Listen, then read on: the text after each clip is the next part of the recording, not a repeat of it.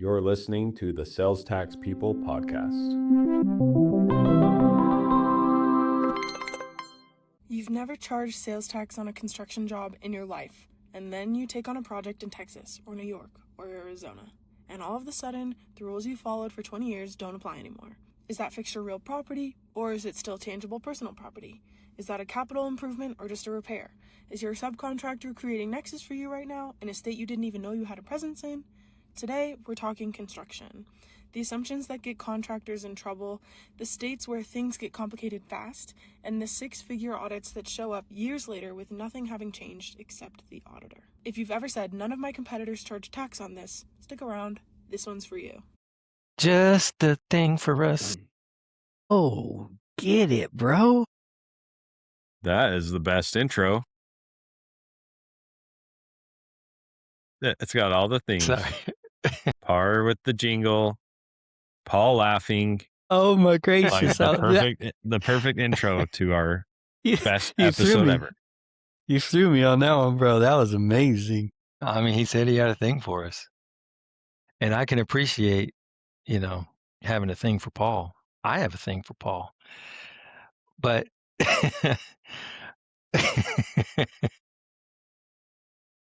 but it just what came to mind when Danny said, I've got a thing for y'all. And I just appreciate that. That's very kind of you to say that you have a thing for us. And then it just made me think of, just the two of us. But it's the three of us and just the thing of us. Anyway. Actually, a lot of times it's just the two of you, and I'm just here being entertained, observing, and appreciating it. It's true. We have such a long history of just working side by side in the same office and traveling and all the things, right? I mean, we've been doing work together for nearly 18 years now. So a lot of inside jokes, a lot of history. Yeah. Actually, the thing you... Yep. Actually, what... Yep. What? The thing you don't do is tell inside jokes in a public space or in a group setting, which we're in because we're on a podcast right now. But I will say this. Paul and I, early in our history and relationship together, have always hit it off from the beginning. And we can do things that make each other laugh. Now, we actually were reprimanded 15 years ago by the original founders of the firm. Yeah. I was in a leadership role. We were in a meeting in a boardroom.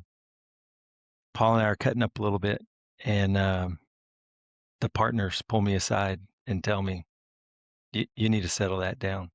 And I thought to myself, business is built on a relationship, and I don't think I'm going to do that. And I don't think our relationship has been different over these last 18 years. So sometimes what you see is legitimately what you get, or what everybody else gets when they're around us. So true. Yes, it is the ideal combination of just real relationships, some good candor, right? Some fun, and then the sales tax piece that we take very seriously, right? What's the Parrism? We don't take ourselves too seriously, but we take sales tax seriously.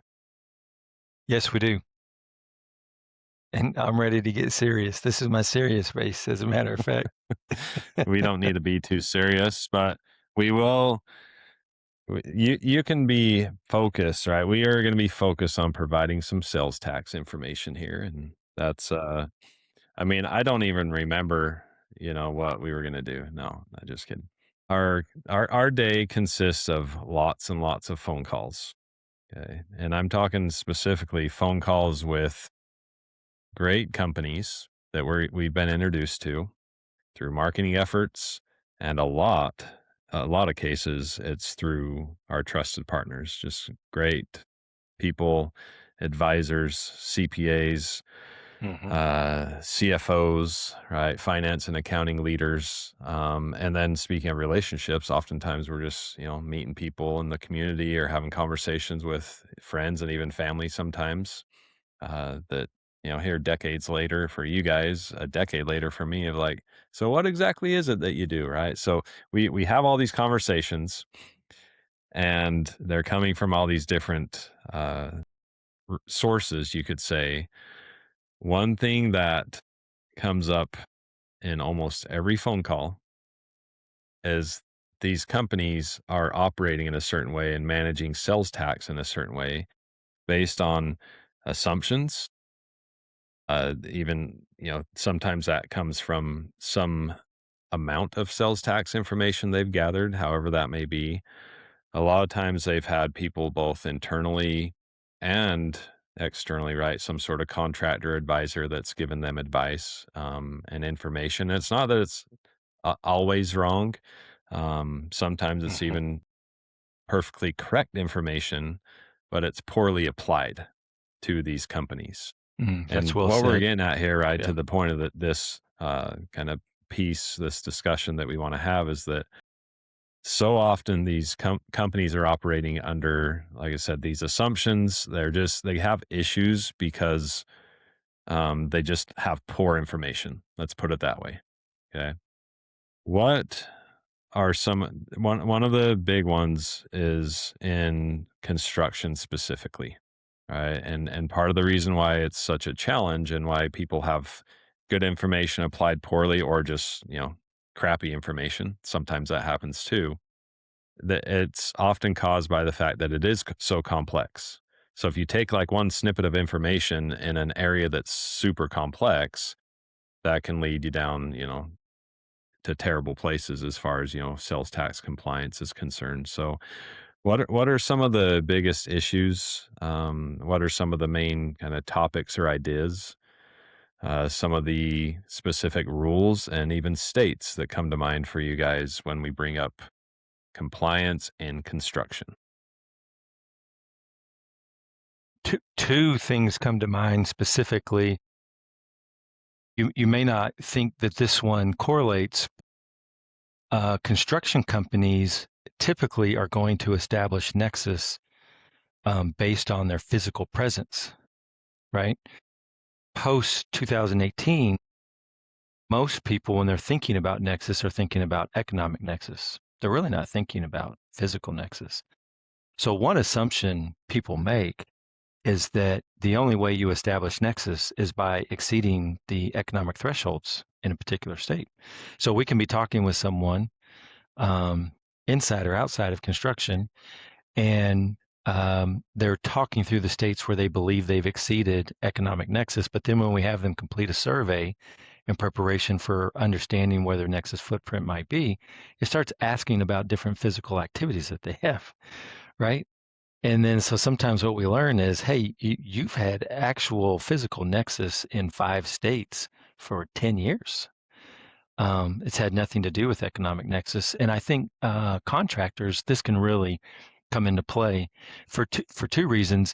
Maybe they use subcontractors to do some of their work. Maybe they're a GC and subcontractors are doing the work, and they don't recognize that when a third party is doing the work on their behalf on their project, that they actually create physical nexus through Even if that. they're 1099? Even if they're 1099. Yeah. Hey, Yeah. They don't have to be employed by you. They can just be contracted by you to do work on your behalf. what if I just pay them like a referral fee or a commission? Yeah. So like an independent sales rep. Dang. Yep. Independent sales rep physically in the state selling on your behalf. They might be selling goods on multiple people's behalf, but if they're in there and they have an agreement with you to sell your products or services, then yeah, that pulls you in. So that's one assumption that comes to mind, is just this idea that I don't have nexus because I don't have economic nexus, right? Physical nexus is still the leading factor on the books. We're going back 50 years that this has been in place. The other assumption that you have, like in construction specifically, is contractors typically they're not necessarily going cross country to necessarily do projects. A lot of contractors are doing projects in their own backyard regionally. They might do it in a few states, but they're not typically doing it in multiple states. So contractors really get in the mentality across the U.S. And remember, every state has its own sales and use tax law. And across the U.S., every state has rules associated with imposing sales tax on people who are engaged in contracting services. So typically that's going to be someone doing repair or remodeling or incorporating property into real property. And you get real used to the way that it works in the state or the few states that you operate in. And so contractors can get used to the idea that they're the consumer of all materials, tools, and supplies that are used and or incorporated into the property that they're working on. They're considered the consumer of that, and they don't charge any tax ever on their services. That's probably, I don't know, Paul, that's probably 35 or more out of the states that impose sales tax. Might be even more. I mean, that might be 40 states that operate that way. Yeah, I would say a majority of the states, contractors performing the work, I mean, they're considered the end user, the final consumers of the TPP, right? So, yeah, they're effectively responsible for that. And I explained this to a client just the other day, actually. They were confused by that. And I said, well, they could think about it this way. The tangible personal property that you're purchasing, it effectively just disappears because it's incorporated into real property. You take the two-by-fours, the nails, everything that you're building this building, and now it becomes real property. And therefore, you can't sell it to the customer for resale necessarily by default. Now, obviously, there's a lot of exemptions we'll get to, but yeah. Yeah. Yeah, Then all of a sudden, yeah, go ahead, Dan. There's some interesting complexity in that too, where you even talk about it becoming real property, because there's certain types of construction and even certain products that are used that are in that gray area of like, does this remain personal property versus becoming real property? And there's a current client right now that we're working with that, we just brought on board, and they were operating under the assumption that that as they are built, they actually have a big franchise network, so a bunch of franchisees, and they build out these facilities for their franchisee, and they're just certain products and certain kind of materials, just the way that they build out these facilities. There are products that's like, yeah, normally if that, particular thing was in my backyard and I was just using it and my kids are using it, yeah, it's personal property. But when it's being bolted down and it's like there's that question, at what point does it cross the threshold of going from personal property to, real property? And it's Yeah. really one of the massive problems that companies run into, that they don't address it and dive into it, and thus they have some significant exposure. And this particular company with that model ran into some issues even in a state where they ended up with some liability and of course penalties and interest because the tax wasn't handled correctly. Yeah. Even if it's well defined, I mean, most of these statutes in every state have all of these items defined, right? It could be temporary, it could be permanent, it could be considered a fixture. Is a fixture real property, or is a fixture tangible personal property? Have you built real property with a fixture, or have you attached it to real property and it retains its classification as TPP? So do you switch from contractor following construction rules to an installer who has to follow different rules because installation services might be taxable when construction services aren't? Or those items might be separately stated, and if you're an installer, you would charge no tax on your labor in one state, but you would still charge tax on the item that you're installing. So when you start talking about appliances that are connected to plumbing and electricity, when you start thinking about you're buying a Tesla and you're installing a supercharger, is that real property? Is that a fixture? Is it tangible property? Well, it depends on the state. It depends on the state, how they define it. But even with really good definitions, some of these issues go to court because of how it's defined and what's determined. Some definitions say it's real property if the removal would create material damage. Well, what's material damage? But sometimes the state may say real property, like you could have a large storage tank on your property. Well, if it's over a certain size of storage tank, it's real property. If it's under a certain size, it's tangible personal property. The What if I definitions dig a can, big hole and put the storage tank in there and then, bury it and cover it? yeah. When I put a parking lot down, that seems pretty permanent. But when I lay carpet down in a building, is that permanent, or is that got a life short enough to determine it's tangible personal property? It's kind of easy when you think about drapes or things that you attach to the wall with a screw, and you can remove those things. But what if you start installing cabinets or start installing carpet or other types of flooring? Um, it can get real confusing real quick. So contractors are usually very familiar with the rules in their state. They're trying to operate properly. They don't want to be audited. They don't want to have exposure. But then you walk into states like Texas or Arizona or New Jersey or New York. You're a contractor who's never collected tax on your contracts. Now, all of a sudden, in Texas, you might need to. In New York, you might need to. In New Jersey, you might need to.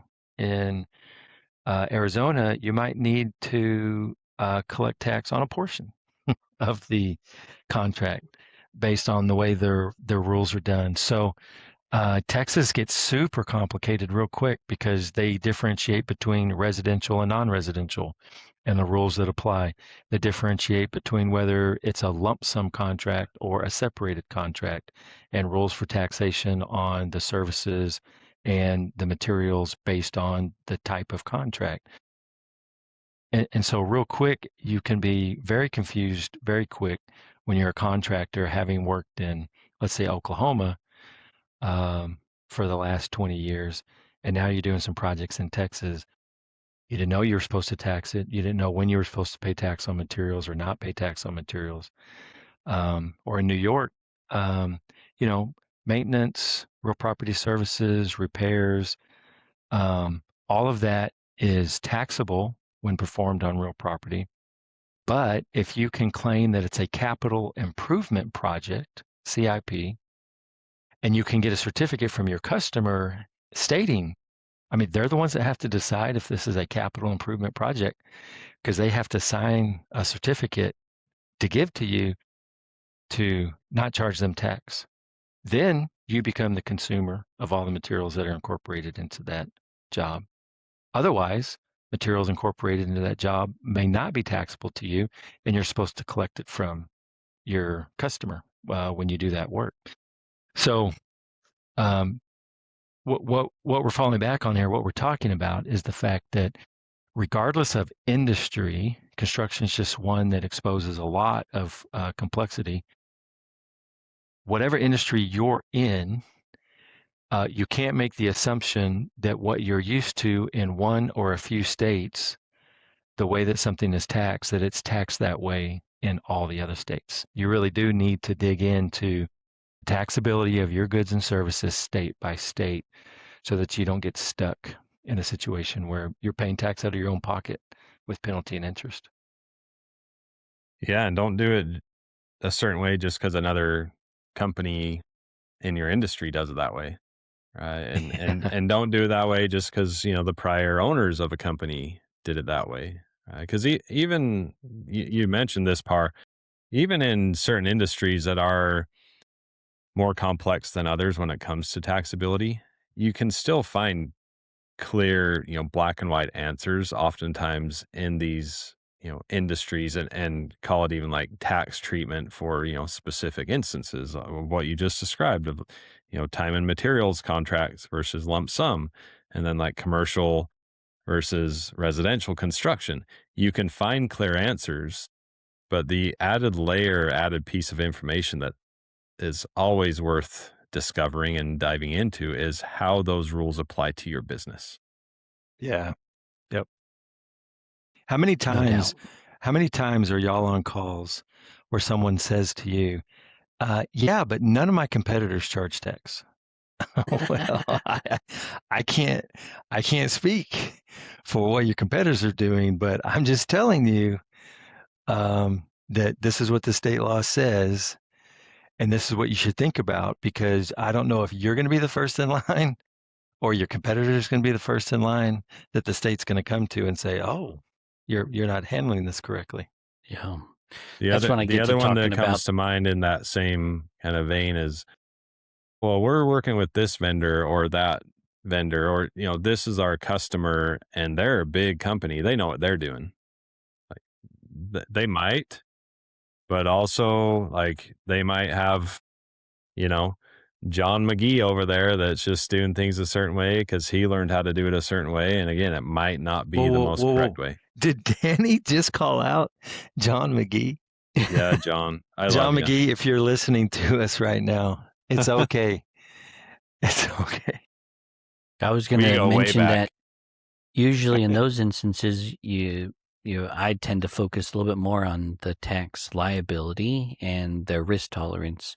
I mean, if audited, maybe that business has enough in reserves that could pay the tax with penalty and interest out of their own pocket, and they're operating at a much higher margins or what have you. But you ought to consider worst case scenario, if you get audited and you didn't charge the tax to the customer, and it should have been, on a very large deal, maybe $100,000 in tax. Well, if your profit, right, if your margins don't account for that, and you have to pay that out of your own pocket with penalty and interest, it's game over. And nobody wants game over. We're just trying to make a living, Yeah.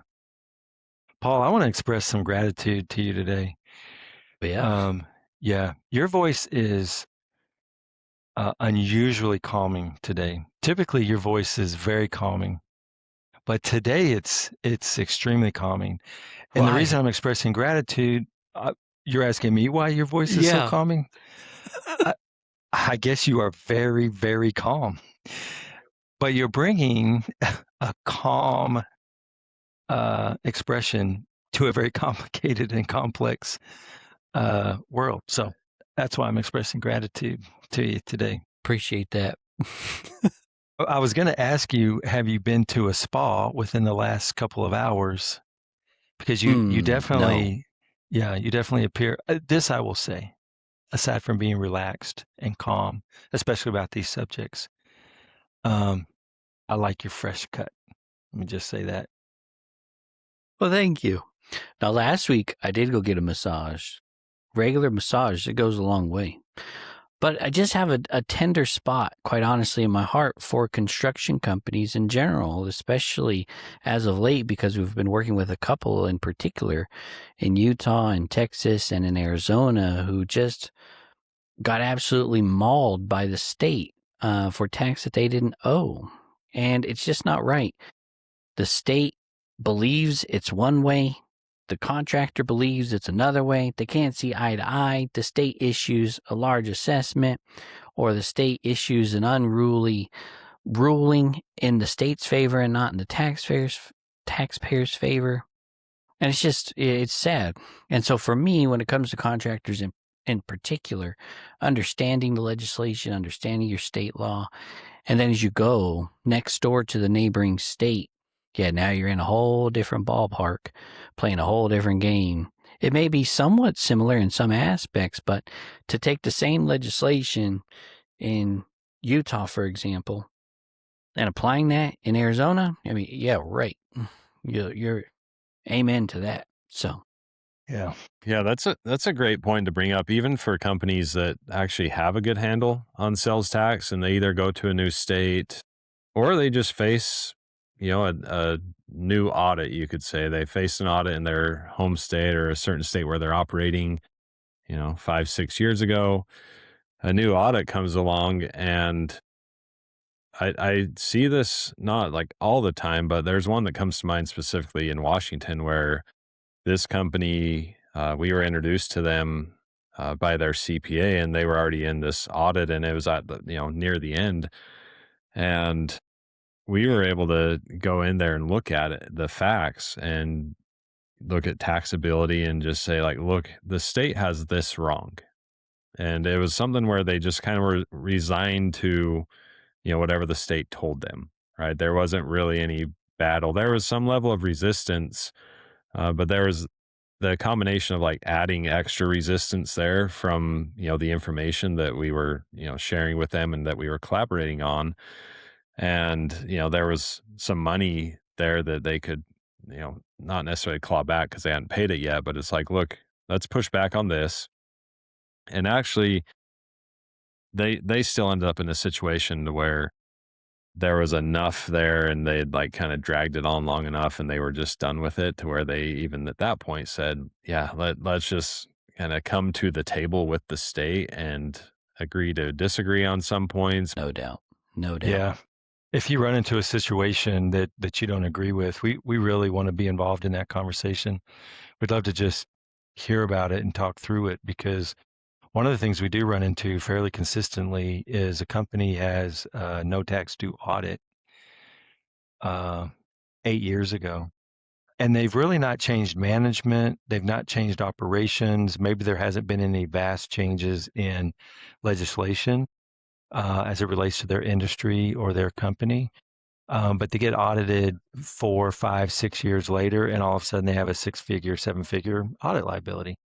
It's like, wait a minute, nothing has changed. We're not aware of any law changes. The only thing that's changed here is the auditor that conducted the audit, and we go from a no tax due to a 6 and 7-figure audit assessment. So if the sniff test doesn't work, we should have a conversation just to make sure that you're not getting exposed just to an interpretation that this auditor has in relation to your industry than the previous auditor. The old-fashioned sniff test. No, Yeah, I don't like don't. 7 figures. Some don't We're seem gonna right have to about that have one. it. Indeed.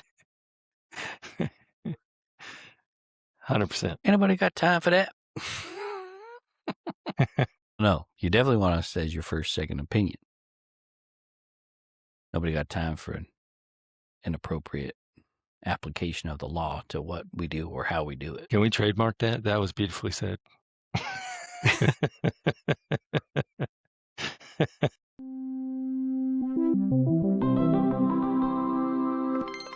Thanks for hanging out with us on the Sales Tax People podcast. If you want to talk about sales tax, or maybe you have an experience that goes along with something we talked about today, or maybe you just want to hear about how Paul's day is going, make sure you send us an email to podcast@sales.tax, or you can text us at 949-355-5098. See y'all again soon.